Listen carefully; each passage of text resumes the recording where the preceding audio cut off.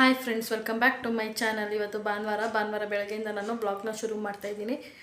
ಇವಾಗ ಟೈಮ್ ಬಂದು 10 ಗಂಟೆ.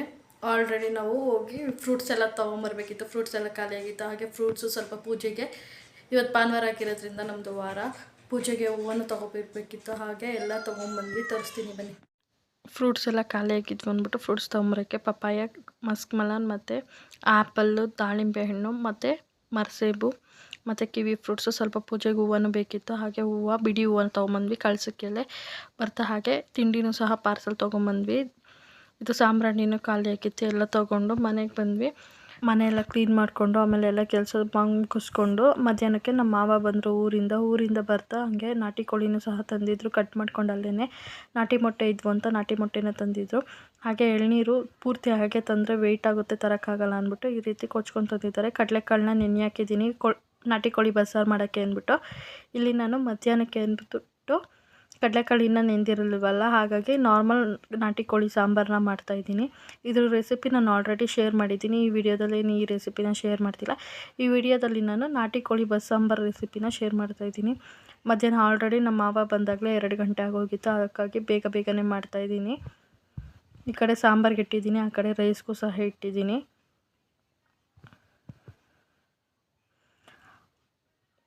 ರೈಸ್ ಆಗಿತ್ತು, ಇವಾಗ ಸಾಂಬಾರು ಸಹ ಆಗಿತ್ತು. ಮುದ್ದೆ ಮಾಡ್ಕೊಂಬಿಡೋಣ ಅಂದ್ಬಿಟ್ಟು ಮುದ್ದೆನೂ ಸಹ ಮಾಡ್ತಿದ್ದೀನಿ. ಮಧ್ಯಾಹ್ನದ ಊಟ ಬಂದ್ಬಿಟ್ಟು ಮುದ್ದೆ ನಾಟಿ ಕೋಳಿ ಸಾರಾಗಿತ್ತು.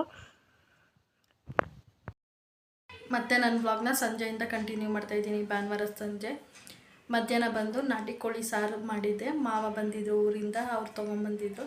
ಹಾಗೆ ನಾಟಿ ಕೋಳಿ ಸಾರು ಮಾಡಿಬಿಟ್ಟು ಮುದ್ದೆ ಮಾಡಿದ್ದೆ. ಇವಾಗ ನಾನು ನಾಟಿ ಕೋಳಿ ಬಸ್ಸಾರು ಮಾಡೋಕ್ಕೆ ಅಂದ್ಬಿಟ್ಟು ಸ್ವಲ್ಪ ಚಿಕನ್ನ ಎತ್ತಿಕ್ಕಿದ್ದೀನಿ. ಯಾವ ರೀತಿ ಮಾಡೋದು ಅಂತ ತೋರಿಸ್ತೀನಿ ಬನ್ನಿ. ಸಂಜೆಗೆ ನಾಟಿ ಕೋಳಿ ಬಸ್ಸಾಂಬಾರು ಮಾಡೋಕ್ಕೆ ಅಂದ್ಬಿಟ್ಟು ನಾನು ಇವಾಗ ಹುರ್ಕೊತಿದ್ದೀನಿ ಮಸಾಲೆಗೆ ಅಂದ್ಬಿಟ್ಟು. ಒಂದು ಪ್ಯಾನ್ಗೆ 1 ಸ್ಪೂನ್ ಆಗೋಷ್ಟು ಎಣ್ಣೆ, 2 ಸ್ಪೂನ್ ಆಗೋಷ್ಟು ಧನಿಯಾ, ಒಂದು 4 ಬ್ಯಾಡಗಿ ಮೆಣಸಿನ್ಕಾಯಿ, 4 ಗುಂಟೂರು ಮೆಣಸಿನ್ಕಾಯಿ, 4 ಹಸಿಮೆಣ್ಸಿನ್ಕಾಯಿನ ಹಾಕ್ಕೊಂಡು ಚೆನ್ನಾಗಿ ಫ್ರೈ ಮಾಡ್ಕೊತಿದ್ದೀನಿ. 1 ಈರುಳ್ಳಿ, ಸ್ವಲ್ಪ ಕರಿಬೇವನ್ನ ಹಾಕ್ಕೊಂಡು ಚೆನ್ನಾಗಿ ಫ್ರೈ ಮಾಡ್ಕೊತಿದ್ದೀನಿ. ಅದು ಸ್ವಲ್ಪ ಫ್ರೈ ಆಗ್ತಿದ್ದಂಗೆ 1 ಬೆಳ್ಳುಳ್ಳಿ, 1 ಇಂಚಷ್ಟು ಶುಂಠಿ, 2 ಪೀಸ್ ಚಕ್ಕೆ, 2 ಲವಂಗ, ಸ್ವಲ್ಪ ಗಸಗಸೆನ ಹಾಕ್ಕೊಂಡು ಚೆನ್ನಾಗಿ ಫ್ರೈ ಮಾಡ್ಕೋಬೇಕು.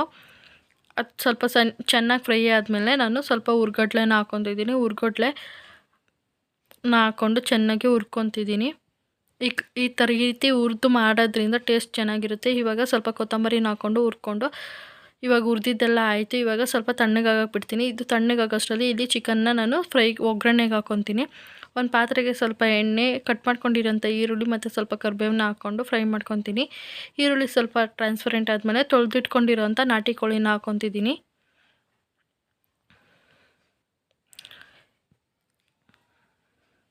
ಕೋಳಿನ ಹಾಕ್ಕೊಂಡು ಚೆನ್ನಾಗಿ ಮಿಕ್ಸ್ ಮಾಡ್ಕೊತೀನಿ.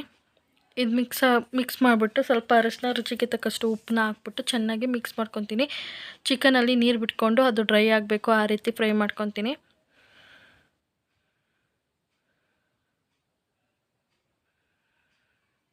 ಈಗ ಚೆನ್ನಾಗಿ ಮಿಕ್ಸ್ ಮಾಡ್ಕೊಂಡಿದ್ದೀನಿ. ಈಗ 1-2 ನಿಮಿಷ ಬಿಡ್ತೀನಿ ಹಾಗೆಯೇ.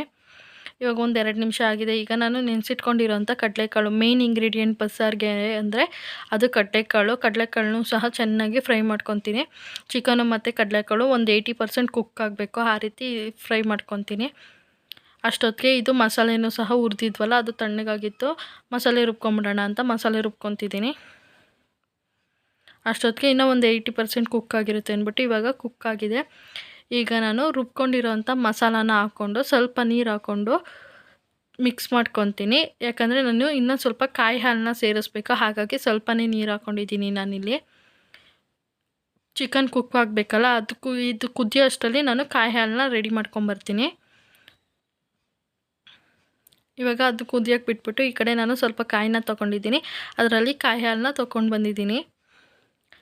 ನಾನು ಇದಕ್ಕೇನು ಹಾಕಿಲ್ಲ, ಕಾಯಿನ ಸ್ವಲ್ಪ ನೀರು ಹಾಕ್ಬಿಟ್ಟು ರುಬ್ಕೊಂಡು ಅದನ್ನು ಸೋಸ್ಕೊಂಡಿದ್ದೀನಿ ಅಷ್ಟೇ. ಅದನ್ನು ಹಾಕ್ಕೊಂಡು ಚೆನ್ನಾಗಿ ಕುದಿಯೋಕ್ಕೆ ಬಿಟ್ಟು ಚಿಕನ್ ಎಲ್ಲ ಬೆಂದಿದೆ ಅಂದಾಗ ಲಾಸ್ಟ್ಗೆ ಕೊತ್ತಂಬರಿ ಸೊಪ್ಪು ಹಾಕಿದ್ರೆ ಸೂಪರ್ ಟೇಸ್ಟಿಯಾಗಿರುವಂಥ ನಾಟಿ ಕೋಳಿ ಬಸ್ಸಾಂಬಾರು ರೆಡಿ. ಈಗ ಬಸ್ಸಾಂಬಾರು ಆಯಿತು. ಇವಾಗ ಪಲ್ಯಕ್ಕೆ ಅಂದ್ಬಿಟ್ಟು ನಾನು ಒಂದು 5-6 ಗುಂಟೂರು ಮೆಣಸಿನ್ಕಾಯಿ, 1 ಸ್ಪೂನ್ ಆಗೋಷ್ಟು ಅಕ್ಕಿ ಚೆನ್ನಾಗಿ ಹುರ್ಕೊತಿದ್ದೀನಿ ಎರಡನ್ನೂ.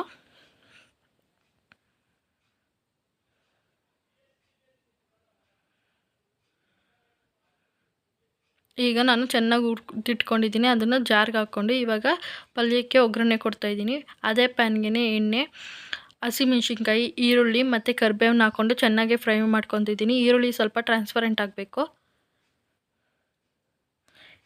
ಈರುಳ್ಳಿ ಸ್ವಲ್ಪ ಫ್ರೈ ಆಗೋಕ್ಕೋಸ್ಕರ ನಾನು ಸ್ವಲ್ಪ ಉಪ್ಪನ್ನ ಹಾಕ್ಕೊತಿದ್ದೀನಿ.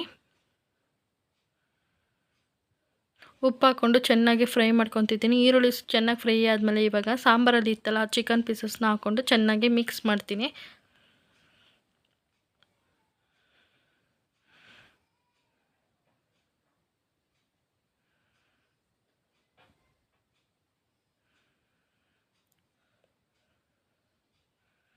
ಇವಾಗ ನಾನು ಅಕ್ಕಿ ಮತ್ತು ಮೆಣಸಿನ್ಕಾಯಿನ ಏನು ಹುರ್ಕೊಂಡಿದ್ನೋ ಅದಕ್ಕೆ 1 ಸ್ಪೂನ್ ಆಗೋಷ್ಟು ನೀರನ್ನ ಹಾಕ್ಕೊಂಡು ರುಬ್ಕೊಂಬಂದಿದ್ದೆ. ಅದನ್ನು ಸಹ ಹಾಕ್ಕೊಂಡು ಚೆನ್ನಾಗಿ ಮಿಕ್ಸ್ ಮಾಡ್ತಿದ್ದೀನಿ. ಮಿಕ್ಸ್ ಮಾಡಿ ಒಂದು 5 ನಿಮಿಷ ಚೆನ್ನಾಗಿ ಫ್ರೈ ಆಗೋಕ್ಕೆ ಬಿಡಬೇಕು. ಇದ್ರ ಟೇಸ್ಟ್ ಮಾತ್ರ ಸಖತ್ತಾಗಿರುತ್ತೆ. ಲಾಸ್ಟ್ಗೆ ಕೊತ್ತಂಬರಿ ಸೊಪ್ಪು ಹಾಕಿ ಒಂದು 2 ನಿಮಿಷ ಬೇಯಕ್ಕೆ ಬಿಟ್ಟರೆ ಸೂಪರ್ ಟೇಸ್ಟಿಯಾಗಿರುವಂಥ ನಾಟಿ ಕೋಳಿ ಪಲ್ಯನೂ ಕೂಡ ರೆಡಿ.